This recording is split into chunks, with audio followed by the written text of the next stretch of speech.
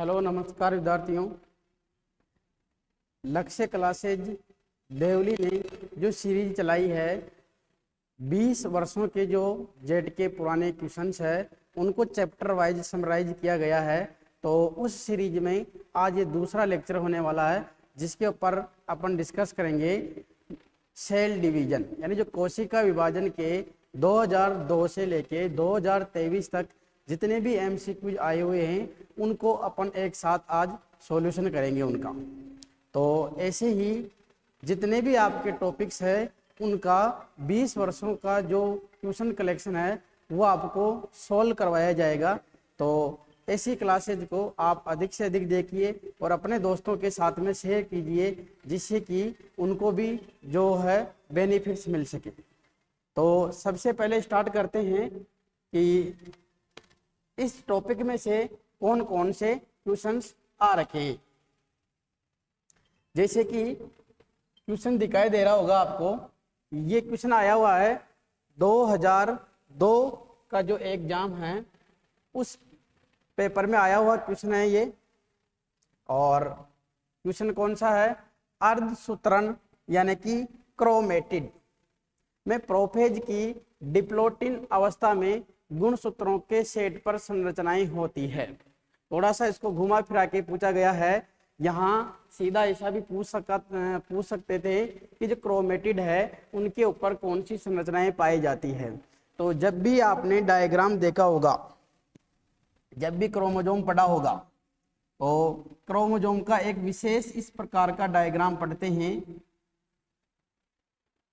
और इसके अंदर संरचनाएं होती है एक धागे जैसी।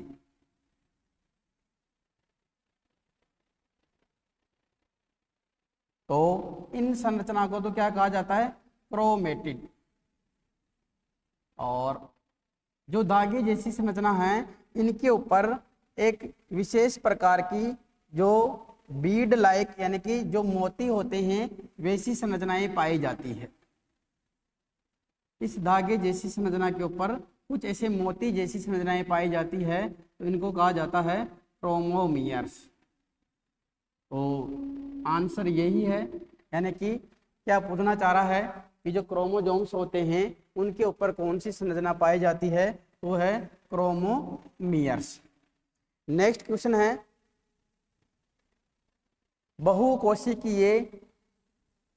बहुकोशिकीय जीवों में वृद्धि एवं परिवर्धन के लिए उत्तरदायी कोशिका विभाजन है।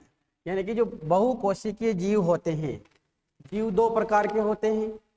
ऐसे जीव जिनका शरीर एक ही कोशिका से बना हुआ है वो एक कोशिकीय जीव कहलाते हैं, और ऐसे जीव जिनका शरीर एक से ज्यादा कोशिकाओं का बना हुआ है वो कहलाते हैं बहुकोशिकीय मल्टी सेलुलर। तो यहाँ पूछा गया है बहुकोशिकीय जीवों में वृद्धि एवं परिवर्धन के लिए उत्तरदायी कोशिका विभाजन है। तो यहाँ जो कोशिका विभाजन है वो टोटल 3 प्रकार का होता है। जो सेल डिवीजन पढ़ा जाता है इसके 3 रूप है। एक होता है एमाइटोसिस यानी असूत्री विभाजन। एक होता है माइटोसिस यानी समसूत्री विभाजन, जिसको कई बार सूत्री विभाजन के नाम से भी बोल देते हैं।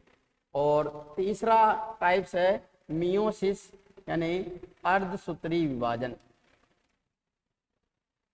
तो जो असूत्री विभाजन है मोस्टली देखने को मिलेगा किसमें? एक कोशिकीय जीवों में। तो यहाँ बहुकोशिकीय जीव है तो यानी कि यहाँ पे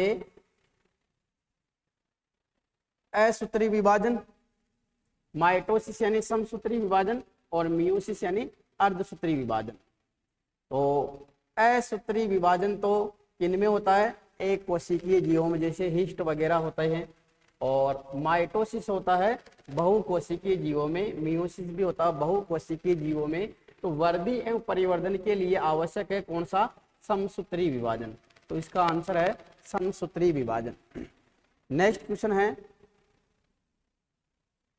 अर्धसूत्री विभाजन, यानी जो मियोसिस है में समसूत्री विभाजन कौन सी अवस्था में होता है? यानी कि जो मियोसिस है वो 2 फेज में पूरा होता है, मियोसिस फर्स्ट और मियोसिस सेकेंड।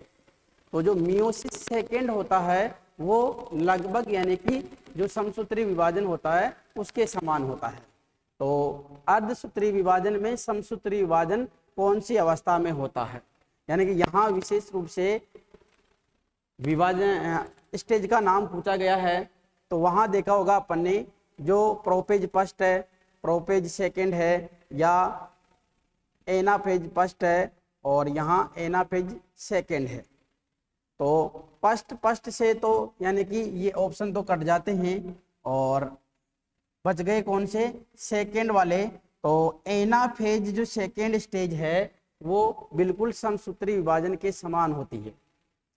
प्रोफेज जो सेकेंड है वो समसूत्री विभाजन के समान क्यों नहीं होती है, क्योंकि इसमें कई सारी जो चीजें हैं वो समसूत्री विभाजन के समान नहीं है। तो इसका आंसर है एनाफेज सेकेंड।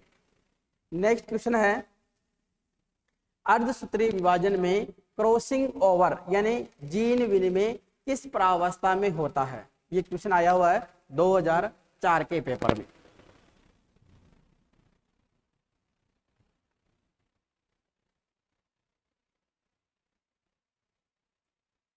पहला ऑप्शन है लेप्टोटिन, दूसरा है जायगोटिन, तीसरा है पैकिटिन और चौथा ऑप्शन है डिप्लोटिन। यानी जब भी प्रोफेज पड़ा होगा, प्रोफेज फर्स्ट, इसको 5 उप अवस्थाओं में बांटा जाता है। लेप्टोटिन, जायगोटिन, पैकाइटिन, डिप्लोटिन और डायकाइनेसिस। जो पहली अवस्था है लेप्टोटिन, इसमें क्या होता है, जो संरचनाएं हैं उनका आकार क्या होता है, घटने लगता है, यानी कि जो क्रोमोसोम होते हैं वो पतले होने लगते हैं। पतले जो धागे के समान होते हैं वो हल्के हल्के से मोटे होने लगते हैं। जायगोटिन अवस्था में क्या होता है, सिनेप्सिस की प्रक्रिया होती है, यानी जो समजात गुणसूत्र होते हैं वो जोड़ा बनाने लगते हैं, युग्मन करने लगते हैं। और उसके बाद में आती है पैकाइटिन। इस अवस्था में क्या होता है, क्रॉसिंग ओवर यानी जीन विनिमय होता है। कैसे, यानी कि जो समजात गुणसूत्र होते हैं, जैसे कि ये एक क्रोमोसोम है और इसी के समान दूसरा क्रोमोसोम है, ये जो पेयरिंग करते हैं ये पेयरिंग तो होती है जायगोटिन स्टेज में, जिसको कहा जाता है सिनेप्सिस।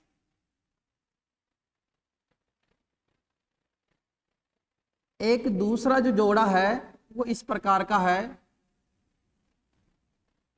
तो इन दोनों को कहा जाता है non sister chromatid, non sister chromatid.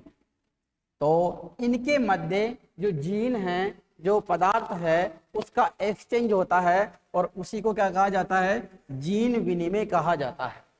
और ये कौन सी स्टेज में बता रहा हूं मैं, पैकिटिन या पैकाइटिन स्टेज में। तो इसका आंसर है कि जीन विनिमय यानी क्रॉसिंग ओवर कौन सी स्टेज में हुआ, पैकाइटिन स्टेज में। नेक्स्ट क्वेश्चन है विदलन, विदलन यानी क्लीवेज। जब भी मानव जनन पढ़ते हैं वहां उस समय पढ़ा जाता है विदलन क्लीवेज। उस समय क्या होता है, इस प्रक्रिया में जो युग्मनज बनता है वो समसूत्री विभाजन करते हुए अपनी कोशिकाओं की संख्या को बढ़ाता है और अंत में एक संरचना बनाता है जिसका नाम है ब्लास्टोसिस्ट। तो ये पूरा जो मानव जनन का है फर्स्ट जो लेक्चर था उसके अंतर्गत भी बताया गया है इस चीज को। तो यहाँ पूछा गया है विदलन में किस प्रकार का विभाजन होता है। तो सूत्री विभाजन, सूत्री और अर्धसूत्री, अर्धसूत्री और कोई नहीं। तो यहाँ ध्यान रखना अपने को कौन सा विभाजन बोल रहा हूं मैं, समसूत्री, समसूत्री विभाजन यानी माइटोसिस।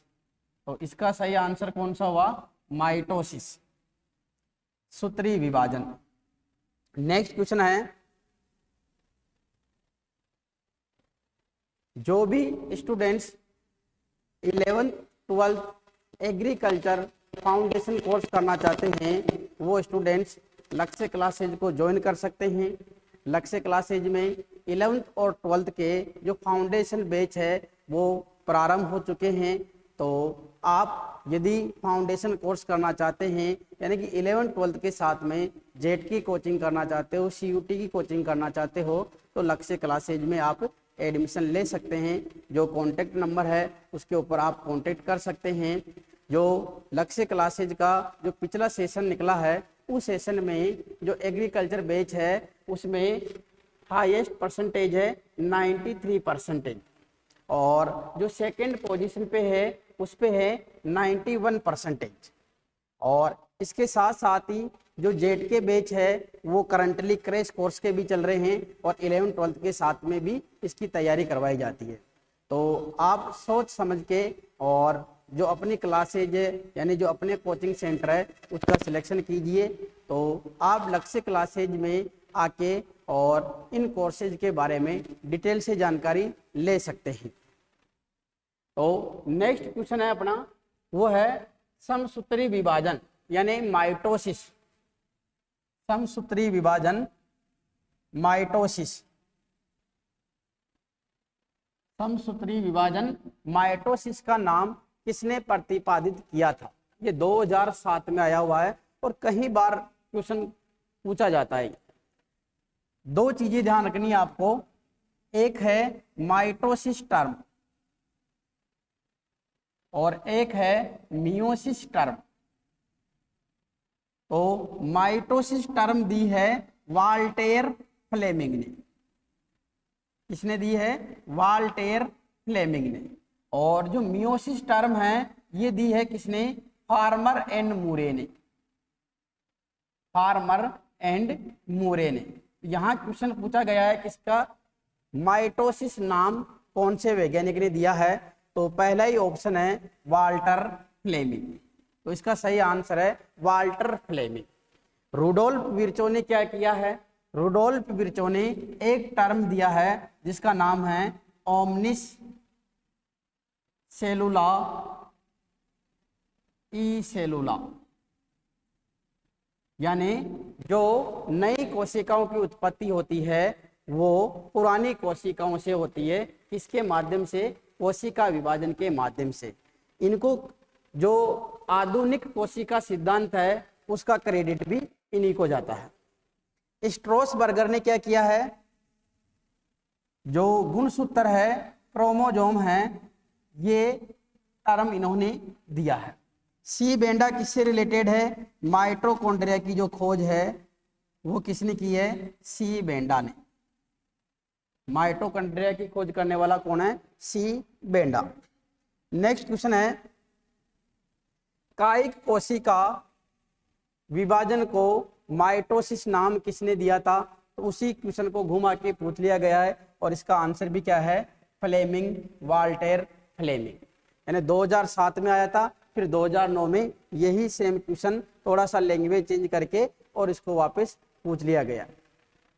नेक्स्ट क्वेश्चन है सिनेप्सिस। सिनेप्सिस अभी बताया था मैंने कि सिनेप्सिस क्या है? जो जायगोटिन अवस्था है उसमें क्या होता है? दो समजात गुणसूत्र आपस में क्या होते हैं? पेयरिंग करते हैं, यानी युग्मन यानी जोड़ा बनाते हैं। उस क्रिया को कहा जाता है सिनेप्सिस। और ये कौन सी स्टेज में बताया था? जो 5 उप अवस्थाएं हैं उनमें जो दूसरे नंबर की है यानी जायगोटिन। यहाँ पूछ रहा है कि सिनेप्सिस में क्या होता है या किसके बीच में होता है? तो बता दिया समजात गुणसूत्र की नॉन सिस्टर क्रोमेटिड। तो देखते हैं कौन से ऑप्शन में ऐसा लिखा हुआ है। पहला ऑप्शन है समजातीय क्रोमोसोम के सिस्टर क्रोमेटिड के बीच में। तो ये ऑप्शन गलत है, मैंने कहा है नॉन सिस्टर क्रोमेटिड। दूसरा ऑप्शन है समजातीय क्रोमोसोम के नॉन सिस्टर क्रोमेटिड के बीच में। तो सही आंसर कौन सा है? बी ऑप्शन है वो इसका सही आंसर है। नेक्स्ट क्वेश्चन है, मियोसिस की किस अवस्था में मेंडलीय कारकों का विसंयोजन होता है? मेंडेलियन कारक का मतलब है जीन, और वो कौन सी अवस्था में अलग अलग होते हैं।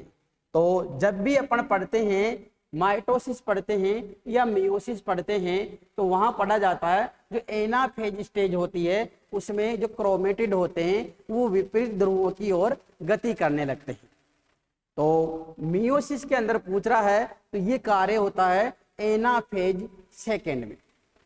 जो एनाफेज फर्स्ट होती है उसके अंतर्गत क्या होता है, समजात गुणसूत्र, जो अभी पढ़ा था अपने कौन सा, सिनेप्सिस, जिन्होंने जोड़ा बनाया था वो जोड़ा क्या होता है, अलग अलग होने लगता है। तो यहाँ कौन सा है, डिप्लोटिन, डिप्लोटिन में नहीं होता है, एनाफेज फर्स्ट में नहीं होता है, मेटाफेज फर्स्ट में नहीं होता है, और किस में होता है, एनाफेज सेकेंड में। तो इसका सही आंसर है एनाफेज सेकेंड। नेक्स्ट क्वेश्चन है, कोशिका चक्कर की एस प्रावस्था की विशेषता दर्शाई जाती है। यानी जो सेल साइकिल है उसके अंतर्गत एस अवस्था आती है, यानी इंटरफेज की 3 स्टेज होती है, G1, S और G2। उनमें से एस अवस्था में क्या कार्य होता है जो इनमें से दिया हुआ है। तो जो इंटरफेज है इसके अंतर्गत 3 स्टेज है, इंटरफेज में 3 स्टेज है, G1, S और G2। तो S स्टेज में क्या होता है, डीएनए का सिंथेसिस होता है, यानी डीएनए का संश्लेषण होता है। दूसरा, जो डीएनए है उसका रेप्लिकेशन होता है। रेप्लिकेशन का मतलब डीएनए का गुणन होता है जिससे इसकी मात्रा बढ़ जाती है। तो यहाँ एस अवस्था से रिलेटेड कौन सा है, गुणसूत्र के द्विगुणन द्वारा। तो गुणसूत्र की बात नहीं कर रहे हैं अपन, इसकी बात कर रहे हैं डीएनए की। गुणसूत्र के लघुकरण द्वारा, ये भी गलत, डीएनए के द्विगुणन द्वारा। यहां बताया मैंने डीएनए रेप्लिकेशन, डीएनए प्रतिकरण या डीएनए मल्टीप्लिकेशन, यानी डीएनए द्विगुणन। तो इसका सही आंसर कौन सा है, सी ऑप्शन, यानी डीएनए के द्विगुणन द्वारा एस अवस्था की विशेषता को दर्शाया जाता है। नेक्स्ट क्वेश्चन है, जो स्टूडेंट्स अभी 12th का एग्जाम दे चुके हैं, ऐसे स्टूडेंट्स जिन्होंने अभी तक कोई कोचिंग संस्थान ज्वाइन नहीं किया है जेट के बैच के लिए, तो उन स्टूडेंट्स के पास में अभी भी मौका है, वो देवली क्लासेज, जो देवली में लक्ष्य क्लासेज है उसको ज्वाइन करके और अपना जो सिलेक्शन है वो सुनिश्चित कर सकते हैं। मैंने थोड़ी देर पहले अभी जिक्र किया है 11th 12th जो फाउंडेशन कोर्स है उसके बैच रनिंग में चल रहे हैं। इसके अलावा जो जेट का क्रैश कोर्स है उसका बैच ऑफलाइन और ऑनलाइन दोनों माध्यम में चल रहा है। तो जो जेट का 2023 का परिणाम है वो लक्ष्य क्लासेज की तरफ से बहुत ही अच्छा रहा है, जिसमें ऑल राजस्थान में 12th फाउंडेशन कोर्स करने के साथ साथ में इन्होंने 38 रैंक प्राप्त की है जनरल कैटेगरी में। तो यानी कि जेट की यहाँ पर बहुत ही अच्छी तैयारी करवाई जाती है और 11th 12th के साथ से ही शुरू कर दिया जाता है। तो जिन स्टूडेंट्स ने 11th 12th में अपना जो मौका है वो खो दिया है, उसके पास अभी एक और मौका बचा हुआ है। तो समय न गवाते हुए अपना जो एडमिशन है वो सुनिश्चित करें और अपना जो एग्रीकल्चर कॉलेज है उसको आसानी से प्राप्त करें। उसके लिए लक्ष्य क्लासेज की जो टीम है वो रेगुलर आपको अच्छी सी अच्छी चीज़ें और अच्छा सा गाइडलाइंस देते हुए एक जो 50 दिन का टारगेट है उसके अनुसार आपको तैयारी करवाने के लिए यहाँ पर तैयार है। तो आप जल्दी से जल्दी एडमिशन ले सकते हैं। अभी भी फिलहाल 45 से 50 दिन आपके पास में बचे हुए जिसमें आप अच्छी तैयारी कर सकते हैं। तो आप जेट का जो कोर्स है उसको ले सकते हैं, जेट के बैच को ज्वाइन कर सकते हैं। तो अपन बढ़ते हैं नेक्स्ट क्वेश्चन की तरफ, जो है सेंट्रोमियर का विभाजन होता है। पहले ये अपने को पता होना चाहिए कि जो सेंट्रोमियर है वो क्या होता है।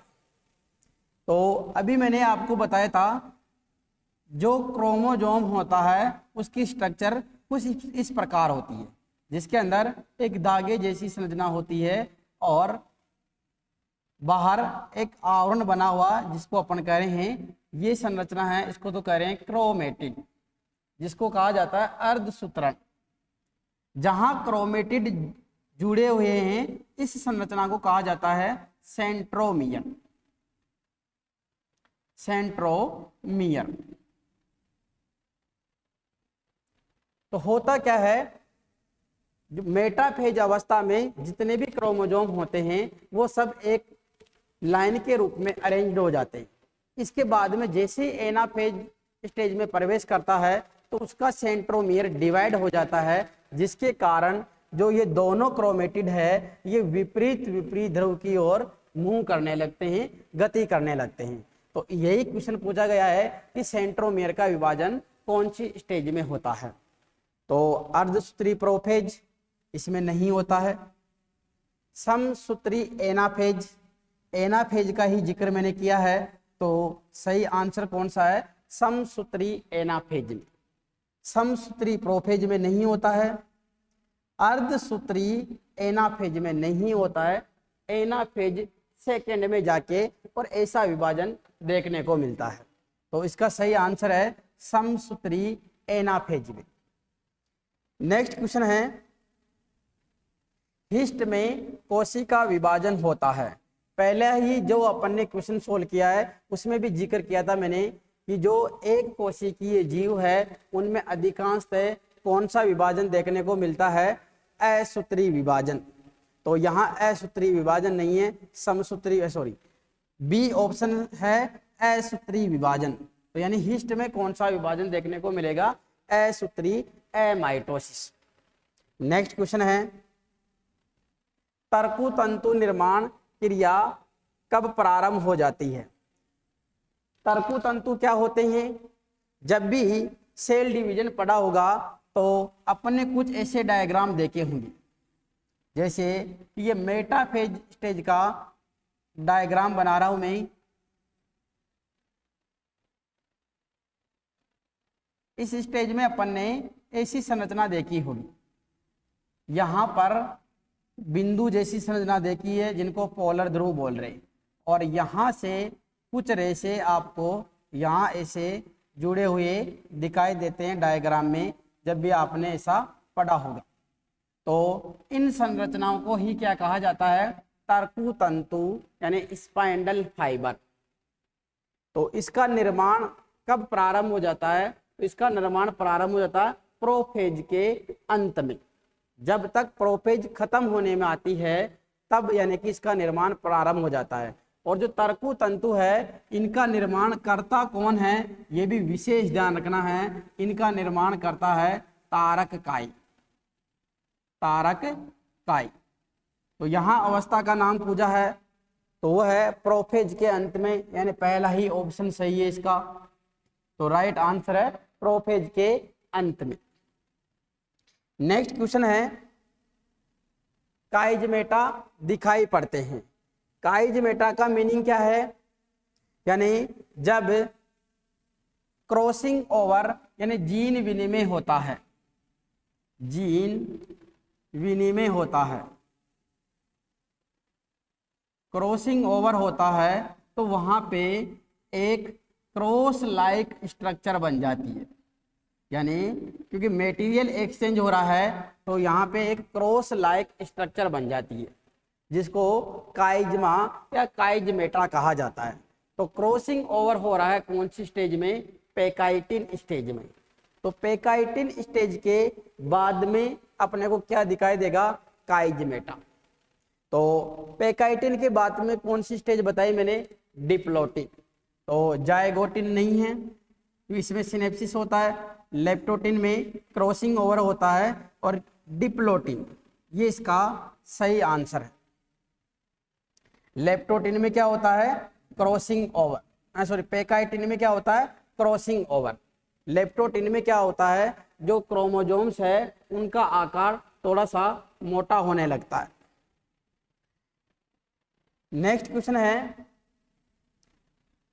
यदि ऐसे विद्यार्थी जिन्होंने कक्षा 12 बायोलॉजी स्ट्रीम से पास कर ली है या जिन्होंने अभी फिलहाल एग्जाम दिया है, तो उन विद्यार्थियों के लिए एक विशेष कोर्स चलता है जिसका नाम है बीएससी नर्सिंग। तो लक्ष्य क्लासेज देवली बीएससी नर्सिंग की तैयारी करवाता है, जिसके अंतर्गत पिछले सेशन में बीएससी नर्सिंग जो गवर्नमेंट कॉलेज मिली है, कुछ ऐसे उदाहरण बताना चाह रहा हूं मैं आपको, जो है जिन्होंने 12th के साथ में ही गवर्नमेंट बीएससी नर्सिंग कॉलेज को हासिल कर लिया है। तो उनके लिए भी लक्ष्य क्लासेज देवली में बैच रनिंग में है। तो ऐसे स्टूडेंट्स जो बीएससी नर्सिंग का एग्ज़ाम देना चाहते हैं, उन स्टूडेंट्स के पास में एक बहुत ही अच्छा मौका है जिससे कि वो अपनी गवर्नमेंट कॉलेज सुनिश्चित कर सकते हैं। जिन विद्यार्थियों को पता नहीं है उनको एक बार बता देना चाहता हूं मैं कि जो बीएससी नर्सिंग की कॉलेज है वो केवल एग्जाम के थ्रू ही मिलेगी।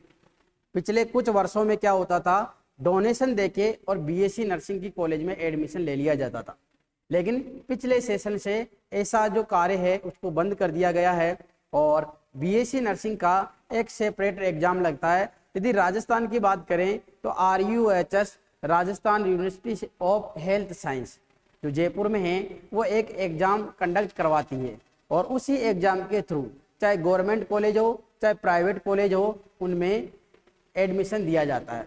और इस कोर्स की एक विशेष बात यह है कि इसके अंतर्गत जो सिलेबस है, जो कंटेंट है, वो केवल जो 12th का जो कंटेंट है बायोलॉजी, फिजिक्स और केमिस्ट्री, जिसमें बायोलॉजी के 34 क्वेश्चन आते हैं, केमिस्ट्री के 33 क्वेश्चन आते हैं और फिजिक्स के 33 क्वेश्चन आते हैं, यानी कि 100 क्वेश्चन आते हैं और 100 नंबर का पेपर होता है।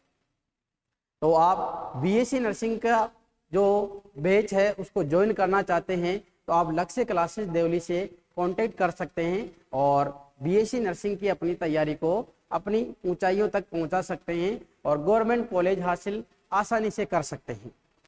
तो बढ़ते हैं अपन आगे अपने क्वेश्चन के ऊपर, जिसका नाम है पादप कोशिका में सूत्री कोशा विभाजन की वह कौन सी अवस्था है जिसमें केंद्रक व केंद्रिकाएं पुनः दिखाई देने लगती है। सीधा सा अपने को पकड़ना है कि ऐसी कौन सी अवस्था है जिसमें केंद्रक और केंद्रिकाएं पुनः दिखाई देती है। तो जब भी पढ़ा जाता है तो जो विभाजन है उसको 4 स्टेजों में बांट के पढ़ा जाता है, प्रोफेज, मेटाफेज, एनाफेज और टीलोफेज। प्रोफेज में क्या होता है, जो गुणसूत्र लंबे पतले धागे जैसे होते हैं वो धीरे धीरे क्या होते हैं, मोटे और छोटे होने लगते हैं। मेटाफेज में क्या होता है, क्रोमोसोम स्पष्ट रूप से दिखाई देता है और एक इक्वेटोरियल लाइन पे यानी कि जो सीधी रेखा है उसके ऊपर अरेंज हो जाते हैं।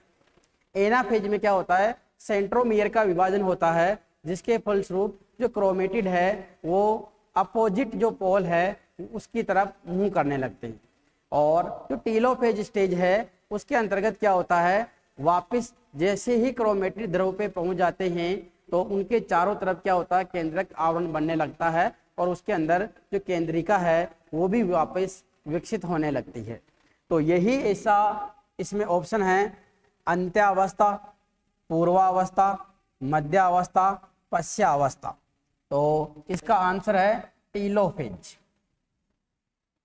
टीलोफेज। नेक्स्ट क्वेश्चन है, तर्कु तंतु बने होते हैं। अभी अपन ने जिक्र किया था कि तर्कु तंतुओं का निर्माण कौन सी अवस्था में हो जाता है, उसका आंसर था प्रोफेज के अंत तक। तर्कु तंतु बनाता कौन है, वो बनाता है तारक काई। तर्कु तंतु किसके बने हुए होते हैं, तो ये बने हुए होते हैं ट्यूबुलिन प्रोटीन के। फ्लैजिलिन प्रोटीन किससे संबंधित है, जीवाणु के अंदर। जीवाणु के अंदर कसाबी का शब्द सुना होगा, तो ये कसाबी का जिसको अंग्रेजी में कहा जा रहा है फ्लैजिला, ये बनी हुई है फ्लैजिलिन प्रोटीन की। एक्टिन प्रोटीन और मायोसिन प्रोटीन का जिक्र कहाँ होता है? जो अपनी मसल्स होती है उनकी जो संरचनाएं बनी हुई हैं वो एक्टिन और मायोसिन प्रोटीन की बनी हुई हैं। तो ये भी ध्यान रखना विशेष रूप से जो बंडल बने हुए हैं उनमें एक्टिन और मायोसिन प्रोटीन होती है, जिनके अंतर्गत संकुंचन होने से क्या होता है, जो गति करने की प्रक्रिया है, मूवमेंट करने की प्रक्रिया है, वो संपन्न होती है, एक्टिन और मायोसिन की संरचना से बनी हुई होती है। तो यहाँ आंसर है ट्यूबुलिन प्रोटीन। और इस ट्यूबुलिन प्रोटीन का जो फॉर्मेशन होता है वो कौन सी स्टेज में होता है? विशेष रूप से ध्यान रखना है G2 स्टेज में। नेक्स्ट क्वेश्चन है, कोशिका चक्कर की किस प्रावस्था के दौरान आरएनए और प्रोटीन का संश्लेषण होता है? तो इंटरफेज में 3 स्टेज पाई जाती है, G1, S और G2।